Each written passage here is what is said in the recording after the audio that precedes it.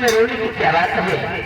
क्योंकि हर एक भाई का अरमान होता है, हर एक भाई का परम कर्तव्य होता है कि अगर बहन उसकी जवान हो जाती है तो भाई के सर पर बहन का बोझ बन जाता है।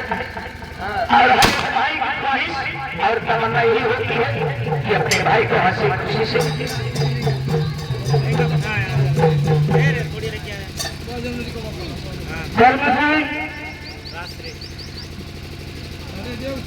देखो ये आए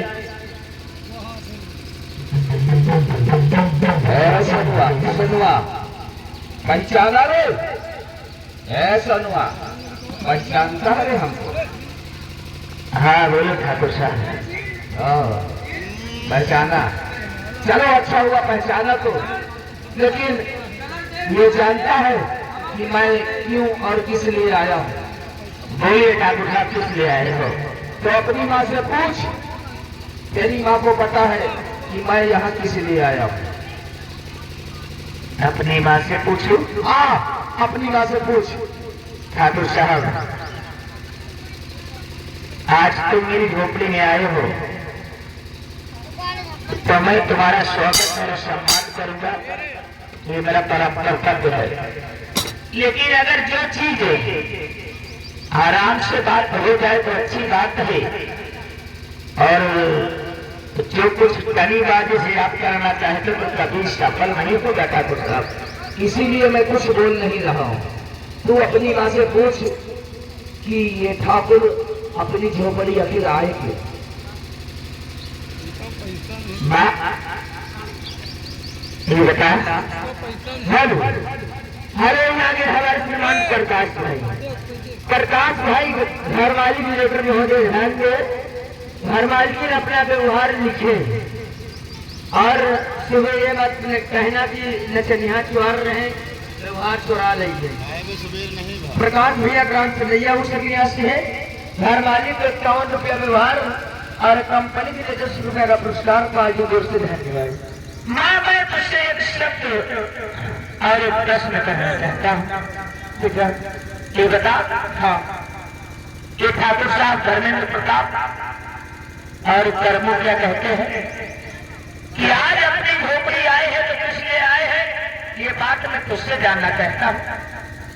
लेकिन बेटा जब आपके पिताजी रहे, जब आपके पिताजी रहे तब मैं 5,000 रुपया ठाकुर से कर्ज लेके आई है, आपकी पढ़ाई लिखाई लिए लेके आई हूँ, आज तक का पैसा नहीं दे पाई ठाकुर का।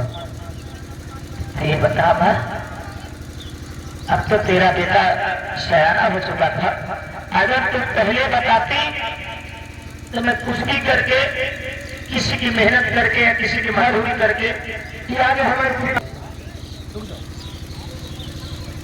अगर माँ तू बताती तो मैं ठाकुर साहब का कर्जा जरूर चुका देता माँ। लेकिन बेटा आपसे मैं यही बताती थी कि तुम्हारी पढ़ाई लिखाई चलती होती समय आप पढ़े महान जब हो जाओगे तो मैं क्या करूँ, मैं सोच के हमारे तुमसे कोई बात नहीं बताया नहीं। तो ठीक है, आप अपना स्थान ग्रहण करेगा। ठाकुर साहब बोलूं? हाँ बोलिए। ये बताओ हमारा कर्तव्य तो हम करते बने। ठाकुर साहब हर बात क्या हमारे श्रीमान घर मालिक को 50 रुपये व्यवहार और कंपनी के लिए 10 रुपया का पुरस्कार पार्टी के से धन्यवाद। ठाकुर साहब ये बात हाँ मेरे दिमाग में नहीं थी और नहीं तो मेरी माँ बताई है, आज मुझे मालूम पड़ा है तो कोई बात नहीं, आपका कर्जा मैं दे दूंगा। ठीक है तो हमारा कर्जा तो हम करते बनेंगे, हम कुछ भाषा सुनने नहीं। तो लेकिन अभी मेरे पास कहाँ है ठाकुर साहब? अरे ये बात मुझे मालूम होती तो मैं तुम्हारा कर्जा आज तक चुका देता, आपको मेरे दरवाजे आने की जरूरत नहीं। यानी तुझे पता नहीं था, साले खा खा कर पैसा हो गया है हमारे पैसा से और कहता मुझे पता नहीं है। ठाकुर साहब कहावत में कहा गया है कि आए हुए मेहमान को देवता समझा जाता है। अगर आशब्द का प्रयोग करोगे तो आशब्द बोलना मुझे भी आता है। हम तेरी भाषण सुनने नहीं आए, 5,000 का आज तक का सूद ब्याज जोड़कर टोटल 50,000 हो गया है और 50,000 रुपया मुझे दे दे और मैं वापस चला जाऊंगा। तो ठीक है, अगर तुम्हें 50,000 रुपया लेना है, ये टूटी फूटी झोपड़ी है, आज इस झोपड़ी में जो तुम्हें 50,000 रुपये की रकम अदा करने योग्य सामान हो, आप उठाओ, लेकर चले जाओ अपने सामान और अपनी कर्जा उससे अदा कर लो। वाह, इसने मेरे दिल की बात छीन ली।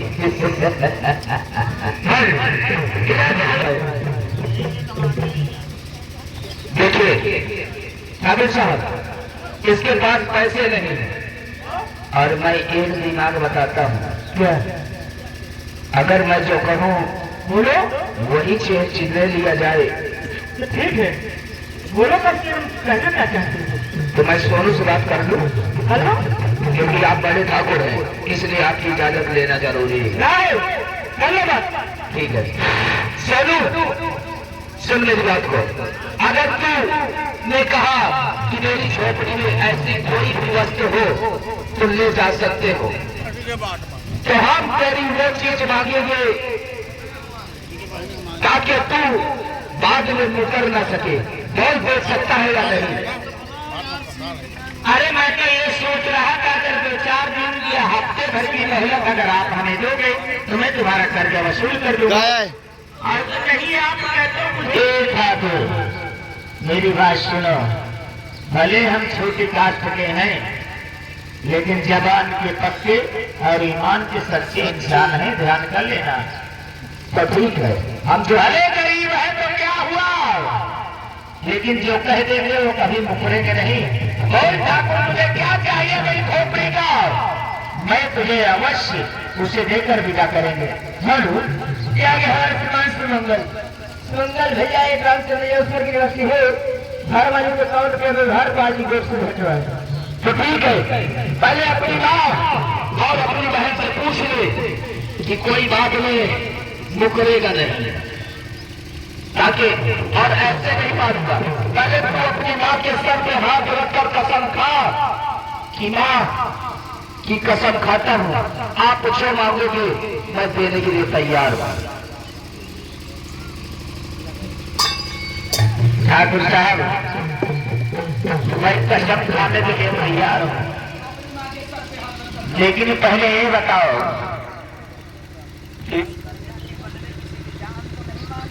भैया क्या हो गया? छोड़कर बोल। तो ठीक है ठाकुर साहब, अगर तुम्हारी यही जिद है तो हमारी भी जिद है कि अगर तुम जान नहीं मांगना चाहते हो, मैं अपने माँ के सर पे हाथ धर के कसम खाता हूँ ठाकुर कि जो तू मांगेगा ये सोनू अवश्य देगा। तो ठीक है, तो मैं तेरी वो चीज मांगने जा रहा हूँ, तूने कहा था जान छोड़कर जो मर्जी मांग लो, तो मैं उस चीज को गिरवी रखने जा रहा हूँ। याद रखना, मुकरना नहीं। ए मेरी बहन, हमको लगता है ठाकुर का विवाद खराब हो गया। अरे अपनी झोपड़ी में ऐसी कौन सी कीमती वस्तु है जो 50,000 का चुकादा कर सकती है, और हमारी झोपड़ी है क्या? टूटे फूटे बर्तन, टूटी फाटी खाट, जेवनी मग कवाट मूठ मारे कहे वहाँ कटरीवा है और कला है नहीं, तो जेवन काहे का मान लियो हमारे का, ये बात मान लियो कवाट मूठ मान। अरे अभी तेरा बचपन पड़ गया नहीं है? अरे तू सयानी हो गई पागल, कम से कम कुछ भी बोलने से पहले सोचा कर। साली इतनी बड़ी हो गई अभी मुंह तो मारती है। इतनी बड़ी हो गए लेकिन एक खोरिया लटकी है मुझे। रामू सोनू सुन, मुझे कुछ नहीं चाहिए, बल्कि कंचे में मुझे तेरी बहन चाहिए।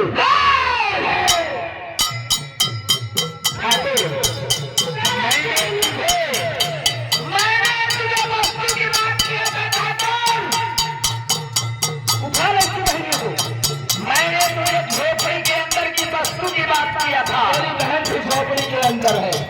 तुम तूने ये नहीं कहा था कि किसी इंसान को मत मांगना। आज तूने जैसा कहा, ना तो जान मांगा हूँ, ना तो घर के बाहर भी सामान मांगा। अगर मैं अपनी माँ के सर पे हाथ भर के कसम नहीं खाया होता तो आज मेरे हाथ बंधे नहीं होते काबर। तूने धोखे से मुझे छल किया है, तूने धोखे से मुझे छल किया है।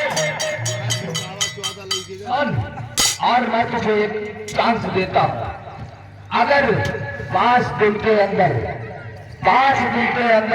छोड़, मैं तुझे 15 दिन की मोहलत देता हूँ। 15 दिन के अंदर अगर पूरा 50,000 रुपया मेरी हवेली ले आएगा तो हम तेरी बहन को उसी तरह वापस कर देंगे। यदि तूने 15 दिन के अंदर पैसे नहीं लाया तो तेरी बहन को अपनी रखेल बनाएंगे। मैं वादा करता हूँ, तो 15 दिन की मोहलत देता है, मैं 10 दिन में तेरा पैसा वापस कर दूंगा। लेकिन तू भी बचत दे कि अगर मेरी बहन को कोई तकलीफ या कोई प्रकार का दर्द तूने दिया तो मुझसे बुरा कोई नहीं होगा। एक सुनो,